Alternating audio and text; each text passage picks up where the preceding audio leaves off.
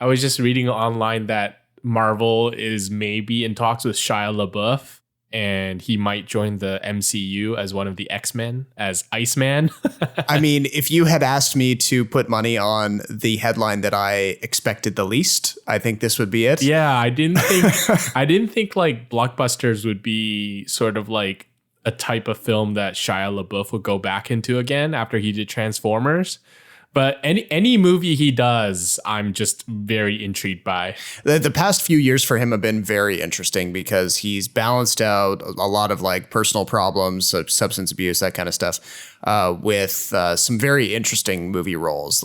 He did Peanut Butter Falcon a year or two ago. That was awesome. I didn't see that one, but another one that he made last year that I really liked was Honey Boy. Mm-hmm. In many ways, it was kind of like him working through his issues with the way he was raised by his dad. Yeah, it's autobiographical, wasn't it? Yeah, it's sort of like he kind of picks and chooses which bits. It's not like a straight up of course, retelling of his life. And there's a lot of like surrealism and moments like that. It was quite something. And it didn't feel too self-indulgent, which I had worried about going in. Uh-huh. So anyway, like long story short, I mean, he's been making very artsy, interesting work recently. And after kind of shooting to everyone's attention with movies like the Transformers series, at least the first three. Yeah, like you said, it's odd to see him go back to potentially a big budget blockbuster kind of environment. Yeah, and I wonder what the pull for him is to portray Bobby Drake, who is Iceman. So do you know the character? Are you familiar with him?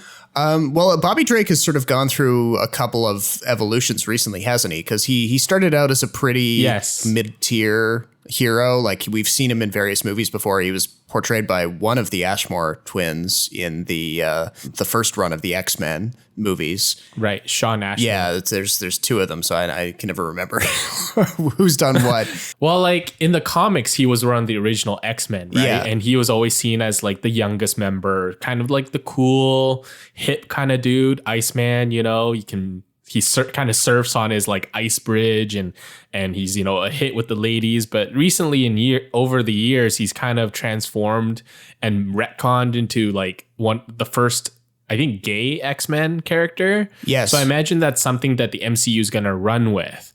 Now, the problem is that like the Avengers, of course, made way more money in China than it did anywhere else.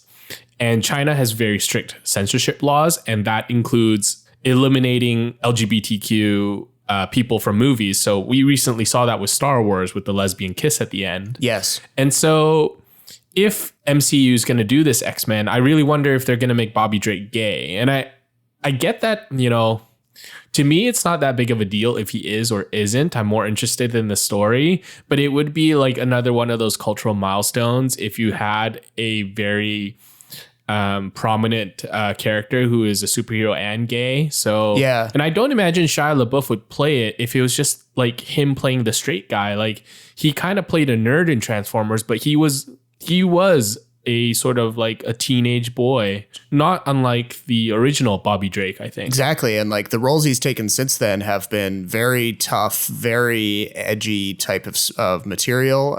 So you know, Marvel's walking kind of an interesting line here if they pursue this casting, because like you said, LaBeouf is he's probably going to want to put his own kind of intensity into the performance, and the writing has got to be there, you know, to kind of justify that. Otherwise, he's only going to be frustrated. Yes, and so and then plus with this censorship situation, like, do they release a vastly different cut of the movie, or is it such a kind of glancing reference to the character's gayness in the current comics that they can just easily edit it out, which is only going to annoy people in the West because, you know, there's been plenty of situations. One that jumps to mind is Sulu in the new Star Trek movies, the Chris Pine ones.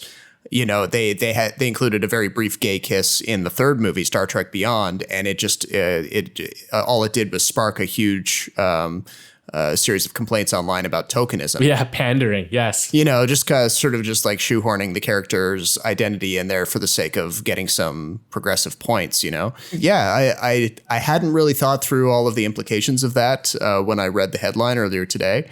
So we'll see what Marvel does with it. I mean, who knows? Maybe they'll end up, LaBeouf won't take the role or they won't go in that direction. But yeah, because it's just conjecture at this point. But I've always been a big fan of like casting rumors, and this has definitely been one of those ones that are out of left field. If you had asked me for the 10 actors to portray Iceman, Shia LaBeouf would probably not be on there. In fact, and I think a lot of like fan cast, they have Shia LaBeouf playing Gambit or one of the darker characters. And I don't know, maybe we'll get a really emo Bobby Drake. Yeah. But we should get on with the show then.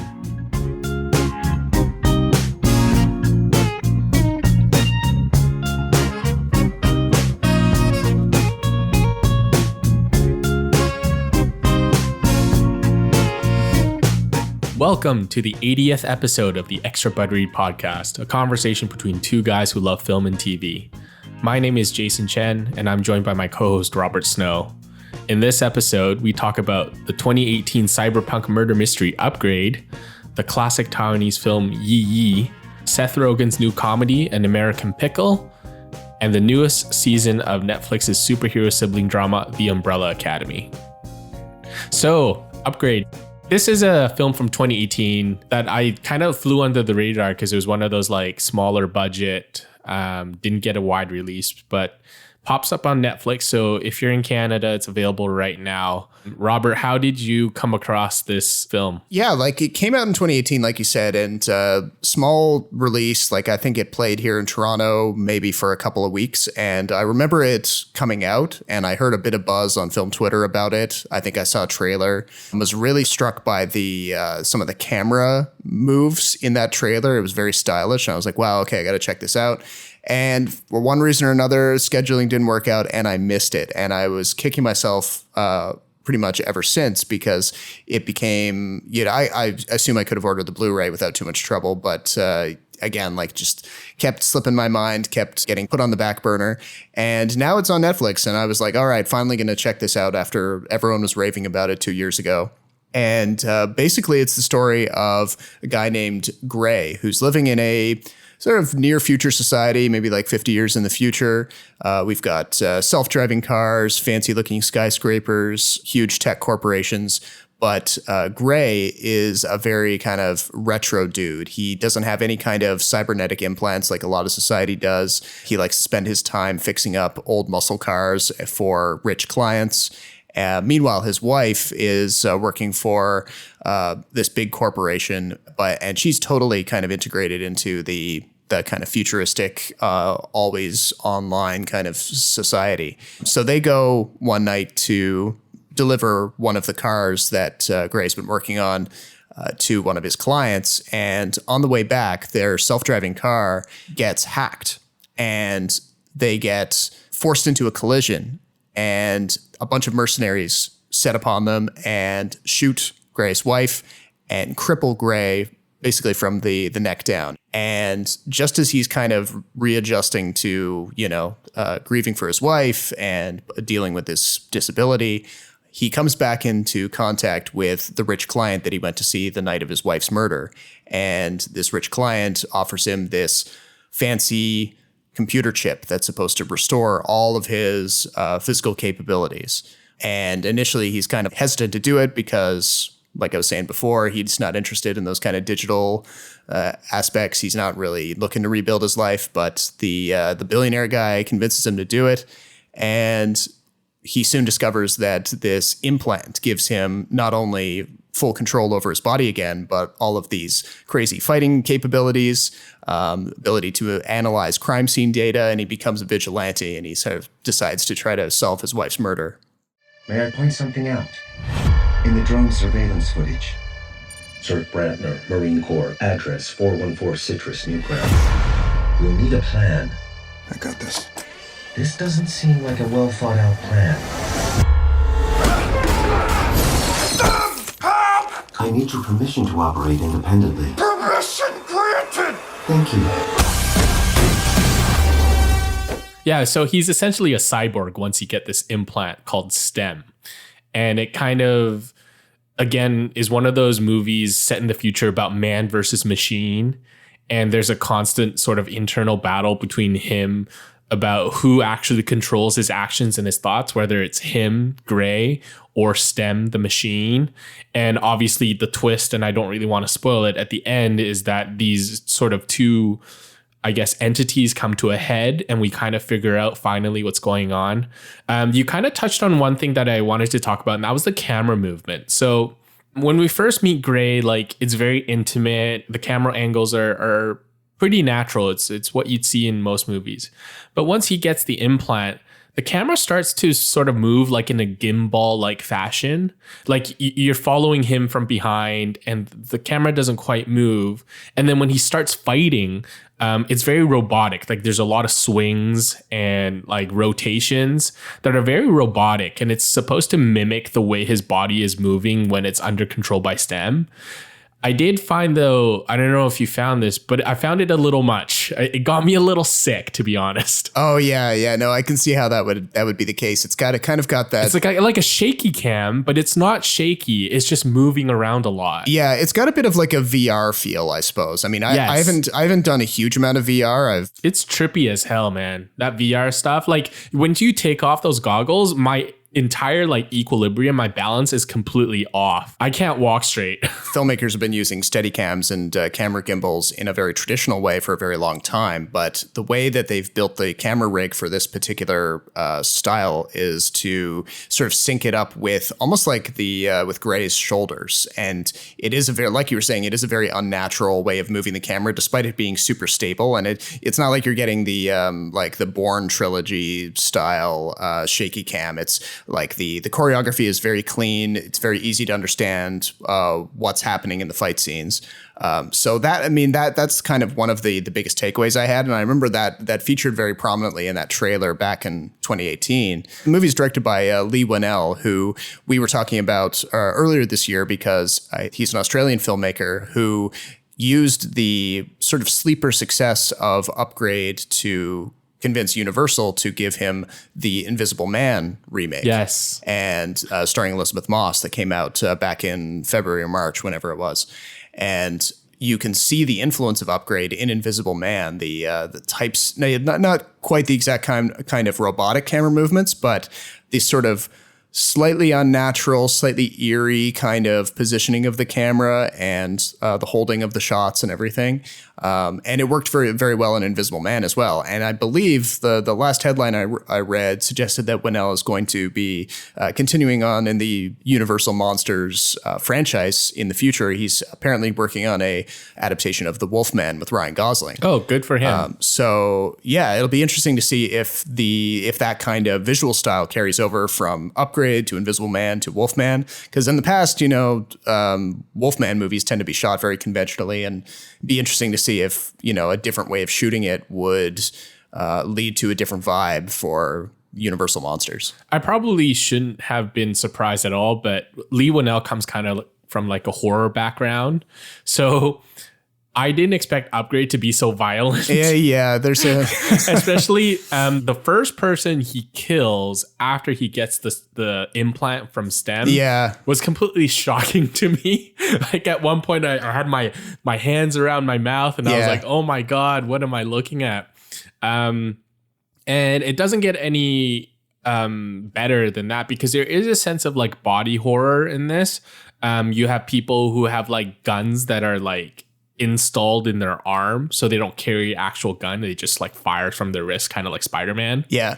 And the part where they're doing the surgery and they're inputting this chip into his neck is just completely it feels like it's something from like one of those A&E medical shows. Yes, yeah, they don't cut away, they show you like the full like dissection of the guy's body. So yes, exactly. That one's a hard watch, but it actually earned I think Netflix categorizes that sort of imagery as grisly images as opposed to gore, which they seem to consider something else. Yeah, I think gore is when you actually like sort of like mutilate bodies. I don't think this mutilates bodies in the sense that, like Hannibal style. Yeah. Where I think that's really gory, but this is just it's definitely gritty in one sense because you get like the dark alleys, you get the cyberpunk feel. It's very dark.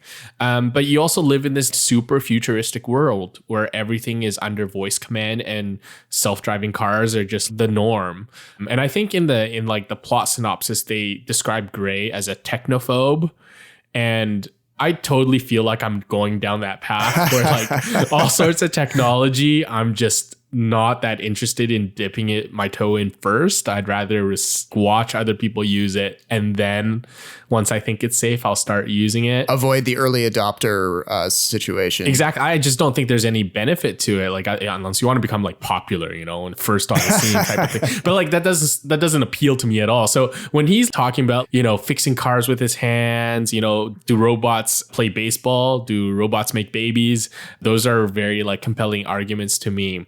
The one kind of last thing I want to touch on is Logan Marshall Green as Gray. So because the way it's lit and because the characters I think are very familiar, every time I see him on the screen, I kind of envision Tom Hardy on the screen as well. I was watching it with my brother and he made the same comment. Oh, okay. Okay. So it wasn't just me.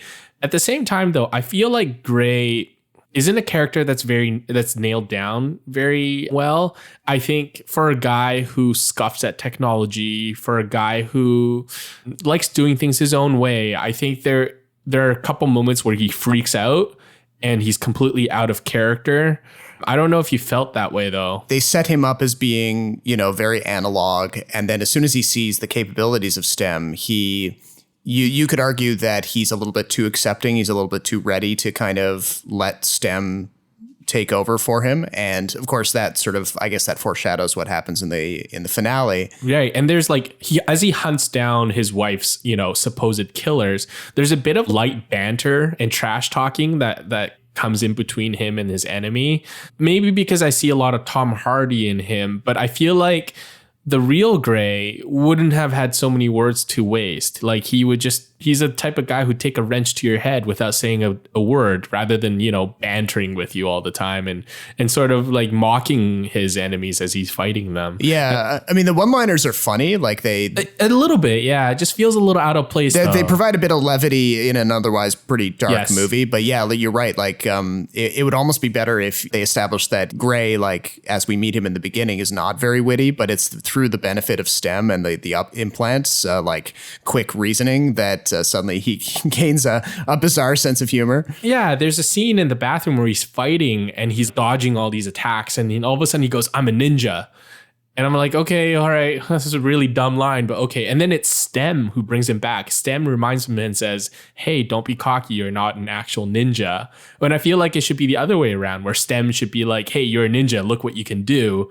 And then Gray, the human part of him, goes, I'm a mechanic. I'm not a ninja. So in that sense, I feel like the roles are kind of reversed, but I'm just kind of finding it difficult to nail down his character. And that's like one little, I guess, microcosm of it. Yeah, no, that's a fair comment. And like the other thing too I found about the movie is that while it's very spare, gets down to business really really quickly, doesn't waste a lot of energy on exposition, anything like that. Towards the end, once the chessboard has been laid out, it kind of just hits all of the expected moves and has a way of kind of unveiling a new boss to the guy that we thought was the boss, as if it were a video game. It's just like, oh, we killed the guy we thought was the villain. Turns out he wasn't the villain. Oh, turns out that villain that you thought wasn't the villain is actually subservient to another guy. And yeah, okay. It chains it up and then kind of just ends. I did find the ending a little Ex Machina like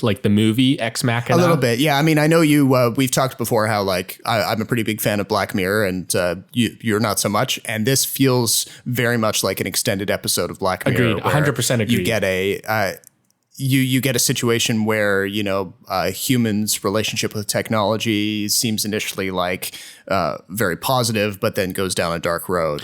Well, that's a good segue, because speaking of human relationships, we kind of teased this in the intro, but you watched a a movie that's all about human relationships.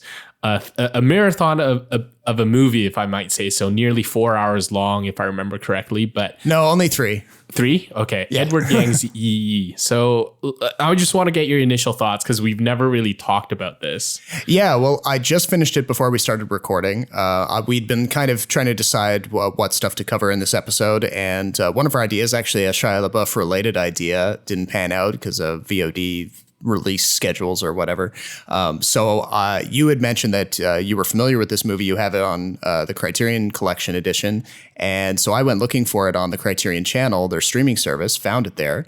And I had never heard of this before you mentioned that you had rewatched it recently. I mean, granted, I'm no expert in Taiwanese cinema, so I was very pleasantly surprised. I don't think I'd even seen anything by this filmmaker, Edward Yang, before, but it is basically an ensemble piece about a family, sort of an extended family, and some of their neighbors and other people who kind of come into their orbit, living in Taipei. It's a contemporary movie. It's set in like the late 90s, early 2000s, that kind of period.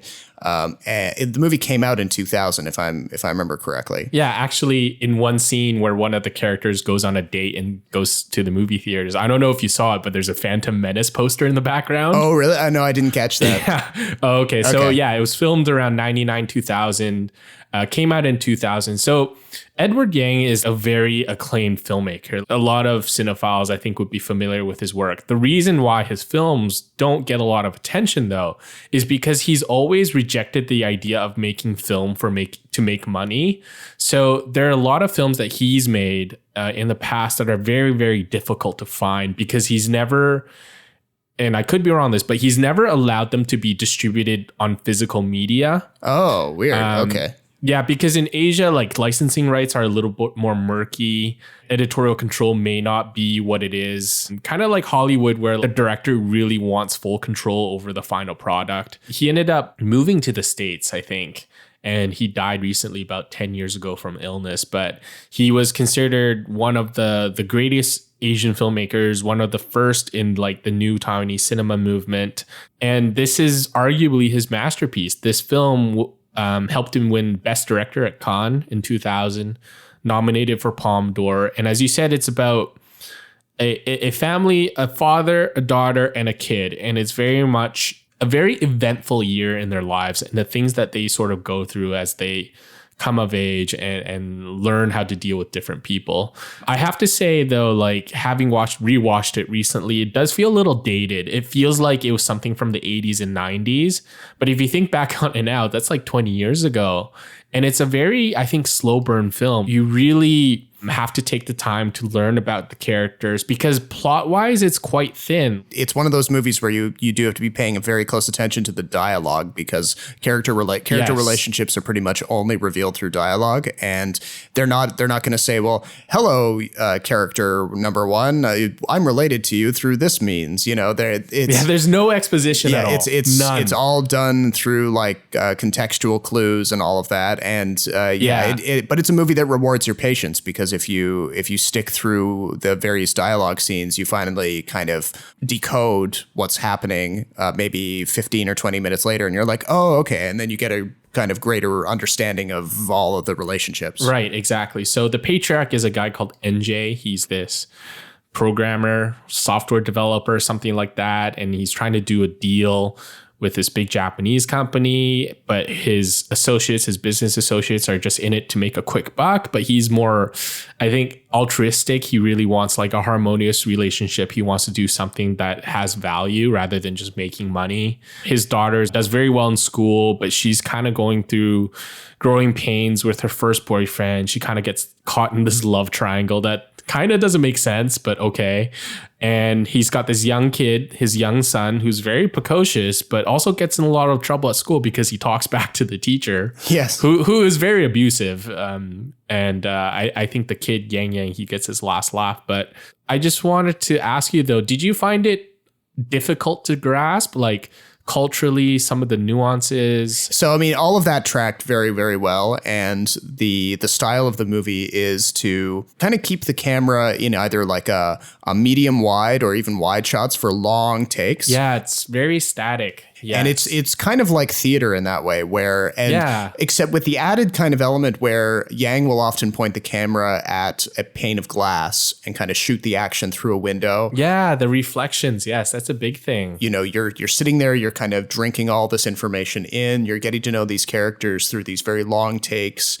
And you're kind of getting this sense of how what we're watching is important, but then we're also getting the rest of the city kind of like whooshing past. You know, there's oftentimes like a freeway in the background. You know, you see it through the windows of the apartment, and you get this constant sense that there's all this activity and life happening all at the same time, and we're just watching one kind of small frame of it. Yeah, all the characters spend a lot of time talking about the meaning of life, and they really wrestle with like who they are. They don't, in many ways, they don't know, they don't fully understand themselves or their relationship to others. Yeah. And that's probably best kind of crystallized in Yang, the young son, who's always, he's like, you can tell he's a bit of a philosopher. He's always asking these very, very big questions, and the other characters can't really answer them. But then he got this little camera, and he's going around taking pictures of the backs of people's heads, because from his perspective, he thinks that nobody can see the back of their own head. And so by giving people photos of the backs of their heads, they can have a more complete understanding of what's going on around them, which is like the movie itself in miniature. Right. What an awesome way to kind of frame the whole experience. I think that's like the big theme. So if you look at the Criterion DVD, like the cover art is the back of Yang's head.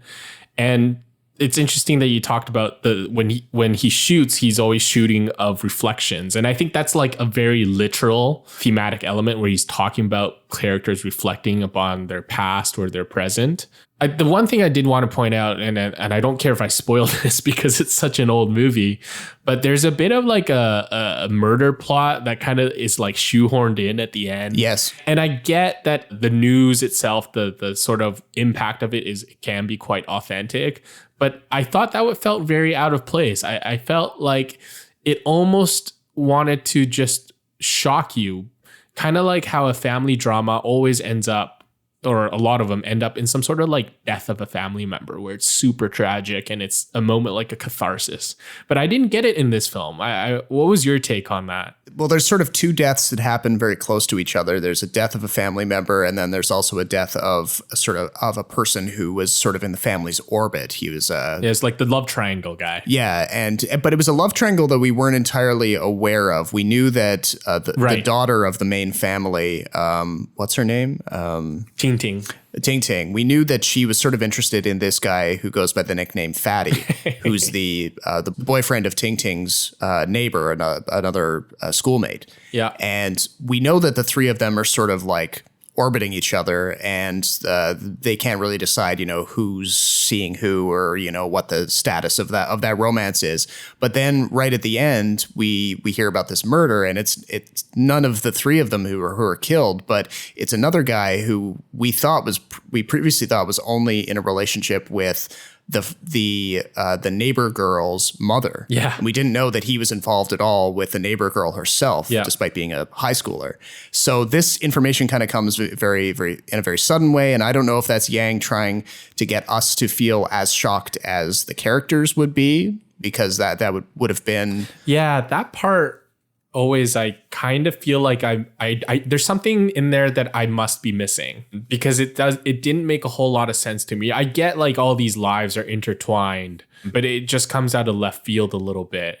And I don't know if people remember, but for a while, like the Taiwanese news media, because they couldn't get actual footage, they'd animate sort of like the recreation with really bad CGI. Is that what that was? Because it looked like yeah. Was that supposed to be like an actual animation of the murder, or was that supposed to be a clip of a video game that Yang was inserting to kind of call back to the business deal about the video games? No, I took it as like it was the actual recreation of the murder. Okay, because they added like video game style graphics, like the assailant is like hitting the guy, and you're seeing like 1 hit, 2 hit, 3 hit, 4 hit. Yeah. Okay, so in those like recreations done by the Times Media, they were popular for a while. It was very much like that. Oh, wow. It was very much like a video game. And I get where they're coming from, but for a film that is so contemplative, that is so quiet, I really didn't appreciate it. It was a little too jarring for me, and I didn't feel like it was a point that needed to be made. It is authentic in the sense that, yes, for that time period, that is how the media portrayed certain events, and that's how they created certain scenes. But it just ruined the overall quietness of the film, because it starts with like this really like rambunctious wedding in the first couple scenes, and it ends with like a really quiet funeral at the end. And there's a bit of like a monologue that Yang kind of talks about that kind of encapsulates the whole film. Yeah, it's hard to parse. I mean, maybe it's one of those things that you really have to watch the whole thing multiple times to and maybe like get more familiar with the rest of Yang's filmography to sort of figure it all out. But yeah, on first viewing, it's a bit baffling. Yeah. But yeah, on the whole, though, I mean, the thing is, like you were saying, it's basically a masterpiece. Like, I can't think of anything I would change about it, or any kind of any qualms that I have about it. Like, it's that's good to hear. I did find parts of it kind of boring. Like, oh yeah, I mean, it's not something you. It is a bit hard to sit through. It's not something that you queue up on a Friday night when you're looking to to totally like unplug and de-stress. Like, it's something that you have to put your time and patience into. It's a movie that you have to think, like, sit down and be like, okay, I'm going to actually devote 3.5 hours of my time to really examine this movie closely. Speaking of like movies that you can pop in on a Friday night, though, I watched An American Pickle. Oh yeah, from HBO Max. Okay. Yeah. Oh yeah. So do you know this movie starring Seth Rogen? No, I watched the trailer when they rolled the marketing out for it a few weeks ago, and I was like, okay, yeah, it seems like what I would expect from a Seth Rogen movie. And I guess they're making a inroads onto this newly launched or semi newly launched streaming platform. So, but then I was seeing some of the critical reaction to it later on, and it sounded like, in spite of seeming like a fairly straightforward Seth Rogen vehicle, people were saying that he actually puts in one of his all-time best performances in it. Yeah, so that I think that was actually kind of like the most surprising part, where he's not playing like a fucking pothead and making really dumb, baseless jokes.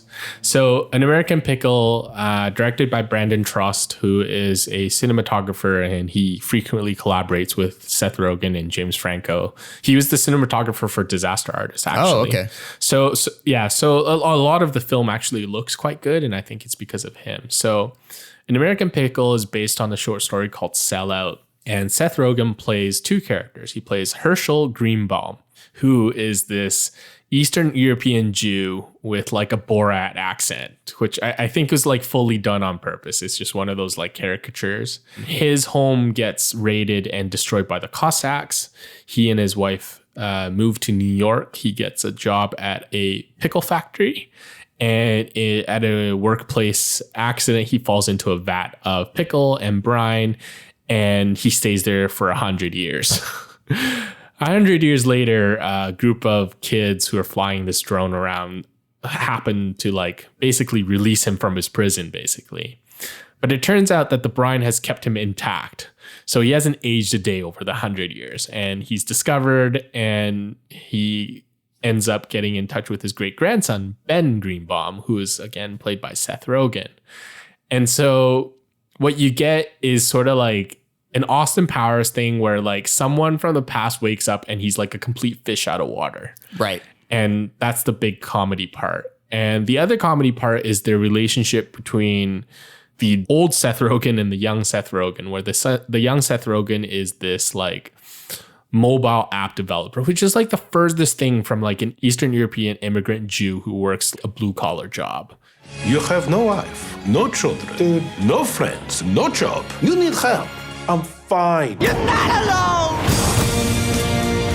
We will become success. Wow. Ooh, it's very pungent. Yeah, that's straight from the devil. We will finally make their parents proud. So this like 80-minute film covers a whole ton of stuff. So they seemingly hit it off together. Like the old Seth Rogen's introduced to like music, SodaStream, and he finds all this stuff fascinating. But then they start butting heads because they have different ideas and values in life. And I can't help but think that they just gloss over everything. It's a quick 80-minute runtime. And I feel like if it was just longer, where they could let the characters breathe a little bit more, I think the relationship would have been more clear. I think some of the differences they have would be a bit more clear, because at the end, there's this part where old Seth Rogen tries to escape to Canada. And then they, somehow swap identities because the authorities are looking for the old Seth Rogen. So the young Seth Rogen gets deported back to like Ukraine or Poland, whatever it is. I got some laughs. It's kind of, a nice film. It's not too high or too low. But also, you kind of sat down and wasted 80 minutes of your life. Oh, that's too bad. The sort of conflicts I feel like could have been fleshed out more in terms of like technology and culture and family. And, I think it's worth watching if you have the time. It's something to like put on the background for a little bit. Seth Rogen is good though. I'll give him that. I think he pulls off the two roles very well. And he doesn't do his stoner shtick, which I really appreciate. When I first saw the trailer, I wasn't paying a huge amount of attention to the format. So I just sort of assumed that I knew it wouldn't be like a long running series because the concept would dry up.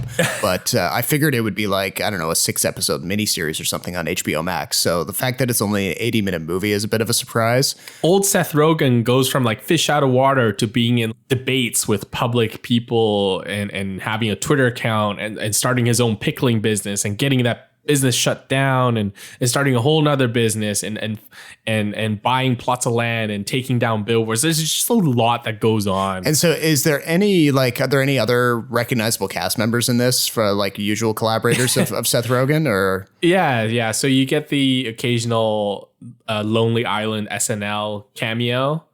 But for the most part, it is basically the Seth Rogen show. He has this Borat thing going on where he plays the old Seth Rogen, where the Russian accent is just funny in from a comedic point of view, but totally off base. Okay. Like vodka. Right. That kind of accent, which is fine in this type of film. The story itself is preposterous anyway, like a guy who falls into a vat of brine and comes out 100 years later. Did they try to come up with any kind of like silly in-universe explanation for how he was able to get preserved? They actually handled it very well because they kind of break the fourth wall a little bit. So they have this press conference explaining old Seth Rogen, and there's like a narrator, I think. And he just goes, so they explain it and the media accepted it. And then you could see the reporter's faces just nodding and say, yeah, okay, that makes sense. Okay. So they completely gloss it over. Like, it's not that important anyway. There's the occasional like lowbrow humor where old Seth Rogen's trying to woo this girl in Eastern Europe and he fawns over her because she has a full set of teeth. They both have this same favorite color and it's black. Their favorite place to be in their town is like this really foggy bog that is just the ugliest place and least romantic place you could be. and they make like Cossacks seem like barbarian horde that comes in and destroys things. So it's that kind of like humor. Do you get the sense that Seth Rogen's doing this project because he's trying to help out a friend, or is he like invested in the material? Is he trying to like say something? Okay, so based on my research, this project has been bandied about for a long time. And yeah, I guess in any film, you could always say that they're helping out friends by using the same people or using people they're familiar with. But I don't think it's a money grab or anything like that. Okay. Yeah, I think there was a genuine attempt to make a funny comedy. And it just so happens to be right up Seth Rogen's alley about Jews. And he plays another sort of neurotic, sort of smart Jew. And just without the big bong. All right. I don't have HBO Max or Crave or any of that. I've kept myself, free of it all. But I mean, I feel like that the list of HBO quality content is stacking up to the point where eventually I'll just have to break down and get the service, and then I'll probably end up getting watching American Pickle just as like to help justify paying for the like the 3 or 4 premium shows that I've been meaning to watch. Yeah, so in Canada, if you get Crave, this HBO movie stuff is like an extra $100 per year. But their movie library is actually quite good. So recently they just got Portrait of a Lady on Fire. And they've got some movies like The Last Black Man in San Francisco, I think they have. And they got some shows that are quite good. So I think eventually you'll have to cave because there's so much good stuff. And you still have to watch Watchmen, by the way. That stuff is incredible. I think it got like a record 28 Emmy nominations or something like that. It did, yeah. And something like that. It's fully well-deserved. Wow, that was actually a good segue into our next topic, actually. Superheroes. Yeah. In the kind of dystopian superhero world, we'll stay there with the Umbrella Academy. Everything in our new lives is connected to the plot to assassinate the president. That can't be a coincidence. None of us are supposed to be here, right? We know something changes the timeline. We have to make it right again. Before everyone and everything we know is dead. So I know you've watched, how many episodes from season 1 was it? It's 10 episodes. I'm about halfway through. Okay. So the first season dropped a couple of years ago. I think it was... Was it that long ago? I think. Maybe it was only last year. I don't know. The time has...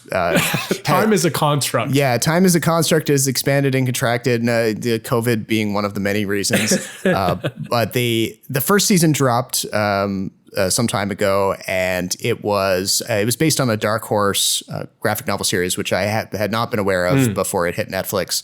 But you've got a story of a family, a dysfunctional family of adopted siblings who were all adopted by a eccentric billionaire philanthropist played by Colm Feore named Reginald Hargreaves. And I just want to interrupt for 1 second. Sorry. Why does every single superhero family, why are they always dysfunctional? I don't know. Maybe it's... There's no happy superhero family. Even the Incredibles is like dysfunctional at certain points. If everyone was happy and singing songs and doing Kumbaya, then you wouldn't have conflict. But they never seem to be at ease. The superhero families never seem to be at ease with their powers or... Yeah, it's like...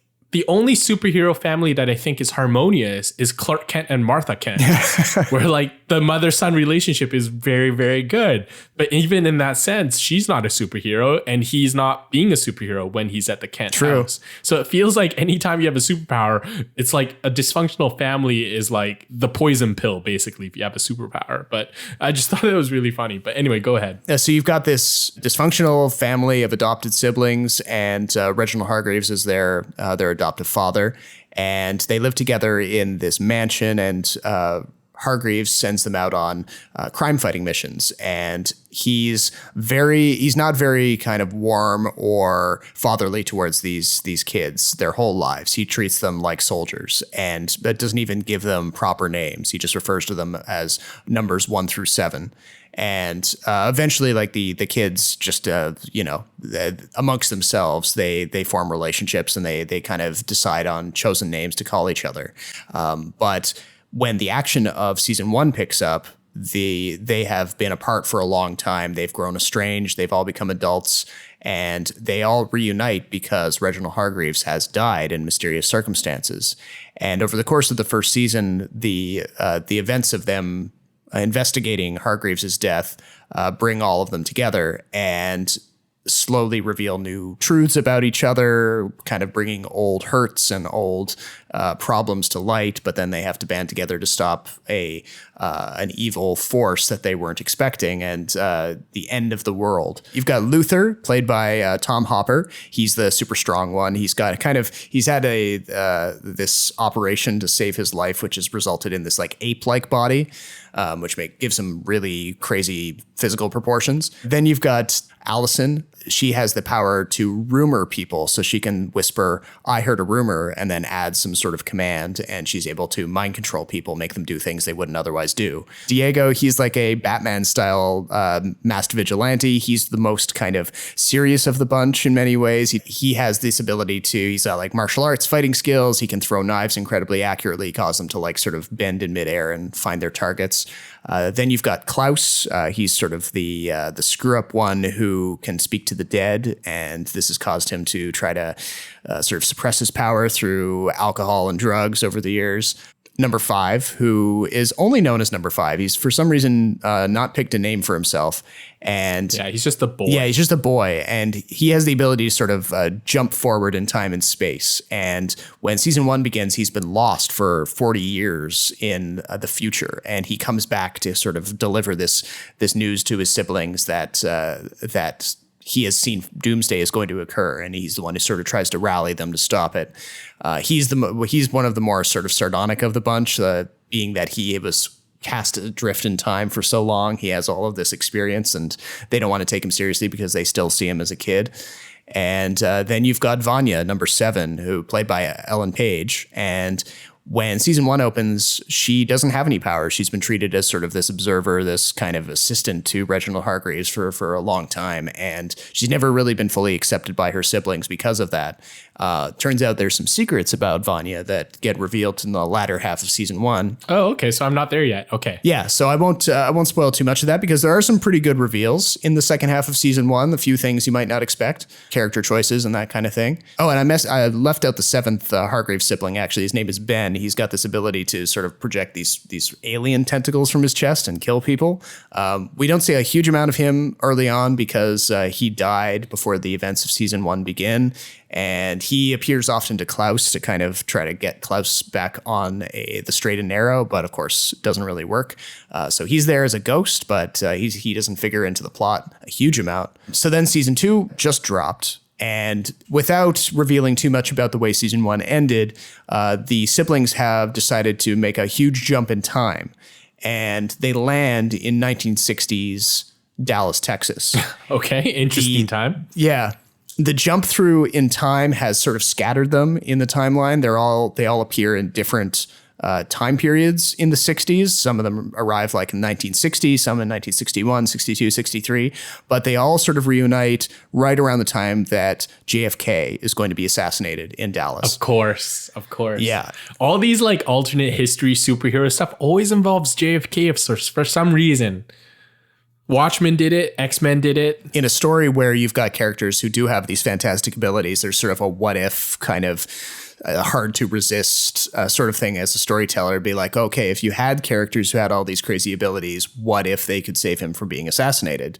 And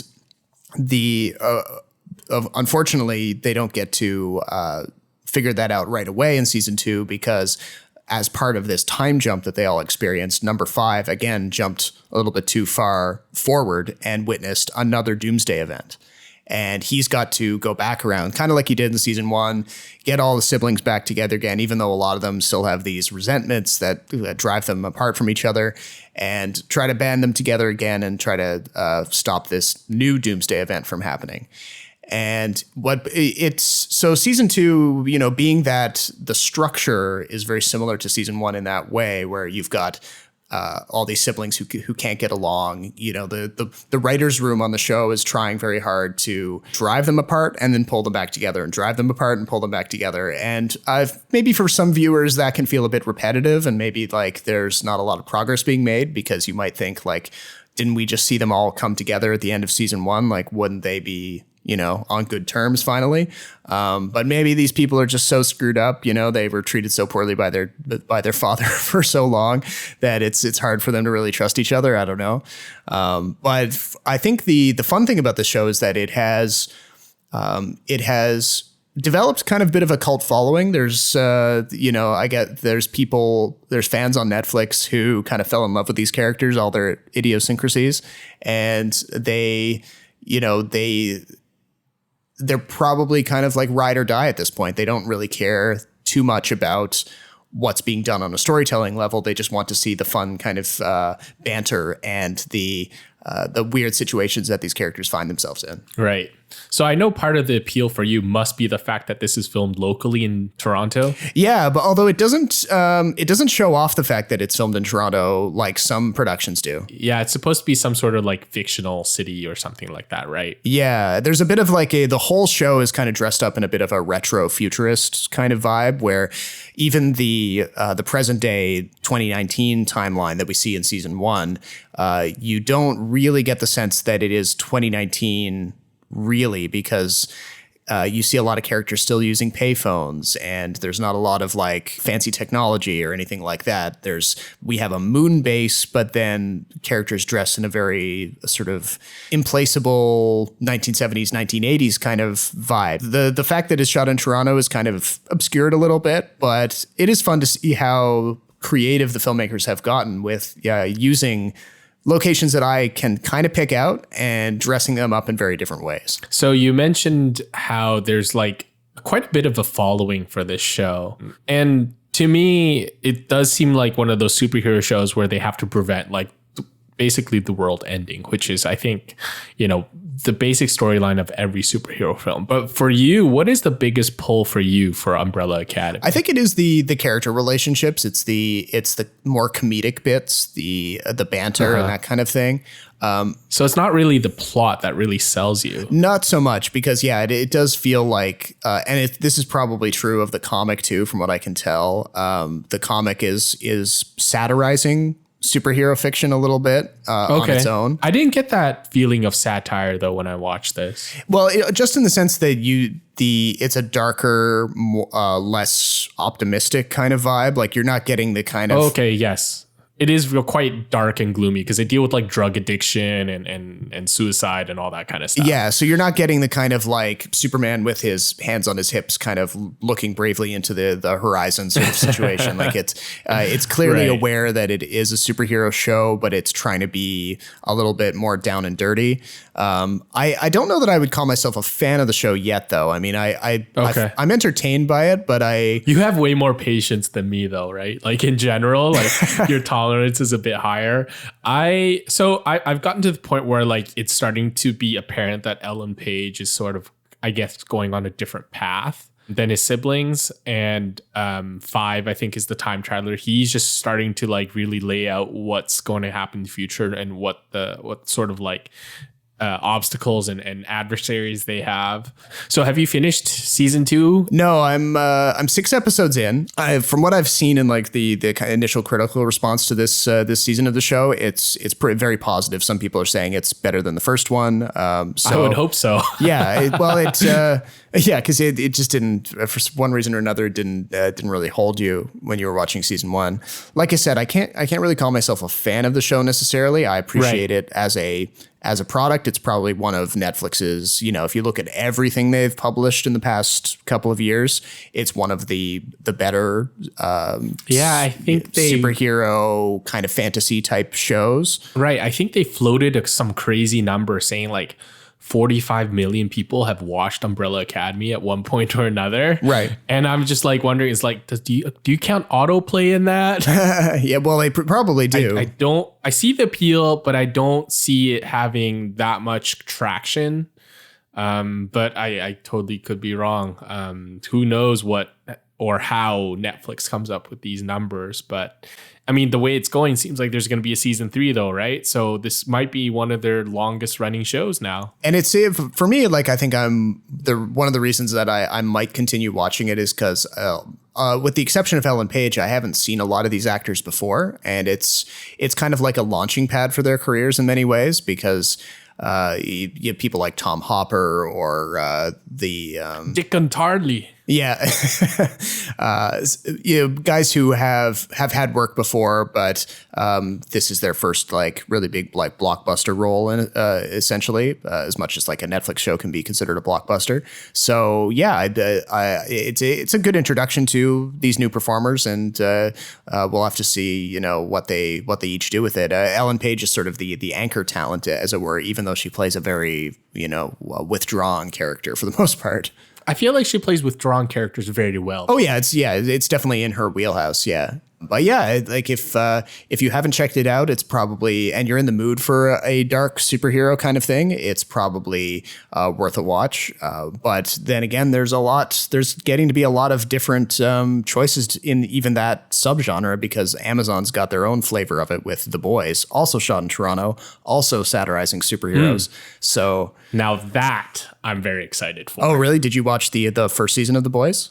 I love the first season. Have you not seen The Boys? No, I didn't. Oh my God, Rob. You should watch it. Okay. I think it's way better than Umbrella Academy. Oh. It's definitely much more mature. I watched the show The Boys first. My buddy who's more into comic books than I ever was. He knows the comic a lot better than me, and he was saying like the comic is just like, it is so raunchy and depressing, and it just debases a lot of humans. And the show doesn't go to that length, but out of curiosity, I walked to my local comic book shop and I flipped through The Boys, and I was like, wow, I'm glad the show went in another direction, because the comic book is just, it's so vulgar sometimes. That was the vibe I got from the trailer for season 1 of The Boys last year. And I was like, it almost like, I mean, as you know, I have a pretty strong stomach for that kind of stuff generally, but something about the way that trailer was set up kind of made me feel like the vulgarity in it was a bit too much and felt a little bit like it was gimmicky. Okay. But if you're but if you're saying that you were able to make it through and knowing your taste on stuff, then probably I could make it through season 1 without too much trouble. But I just think thematically, it's a very, very interesting story. I don't think the trailer does it any justice. Granted, there are definitely moments of like really lowbrow and vulgar humor. But for the most part, it is definitely a study about what happens when superheroes are bad people. And it is violent. It is kind of gory. I am very ambivalent about the male character who is the main character. So not Carl Urban, but the Quaid kid. I can't remember his name right now. I want to say Jack Quaid. I think it's Jack Quaid. Is he played like the Superman analog? No, that's someone else. So Jack Quaid he plays a regular human being with no superpowers, and his girlfriend is accidentally killed by one of the superheroes. Oh, and he hires Carl Urban to get revenge. Yes. Right. Okay. Yes. Jack Quaid. Yeah. He plays Huey Campbell. He's like this no superpowered vigilante who absolutely hates the superheroes. But it just, of course, it so happens that the girl he falls in love with is a superhero. And so there's a bit of like subversion there. The guy you're talking about is actually Anthony Starr. He plays Homelander, who's basically this like Superman analog, but like a bad Superman. And he is good. You get the sense that he's just never a good person, no matter how hard he tries. Like no matter how many times he shows up his like $1 million smile. Doesn't matter if he shows up his like golden locks and his efforts to save people. He does some really, really terrible things. And it's on Amazon Prime, so I don't know if you have that. Oh, I do. Yeah. Oh, dude, watch it. You can. Okay. It's very bingeable. I think you'll come to my side. I think you'll find it a lot better than the Umbrella Academy. Interesting. Okay. Well, this is a good comparison then, because I've spent all this time with Umbrella Academy. It wasn't giving The Boys a shot. So yeah, maybe that'll be the next the next project. Well, if you don't watch it, I'm gonna watch season 2 and we can talk about it. Okay. Anyway, I think that does it for the show. Yeah, so as always, head over to the website, kinetoscope.ca, kinetoscope.ca, to read a little bit more about what we've been writing about some of these things that we talk about here on the show. And if you have anything you want to get in touch with us about, we have a Gmail address that you can write to us on, extrabutterypod@gmail.com. And follow us on Twitter, too, at JasonChen16 for Jason, at JRobertSnow for me. You can find this podcast on Apple, on Google Play, on Spotify. So we're everywhere. Soon to be, I guess, YouTube Music, because Google Play is going away. Right. Something. I can never keep up with this stuff. Oh my God. Yeah. Thank goodness I have you. But anyway, that does it for this episode. My name is Jason Chen in Vancouver. And my name is Robert Snow in Toronto. Thank you very much, and we'll talk to you next time.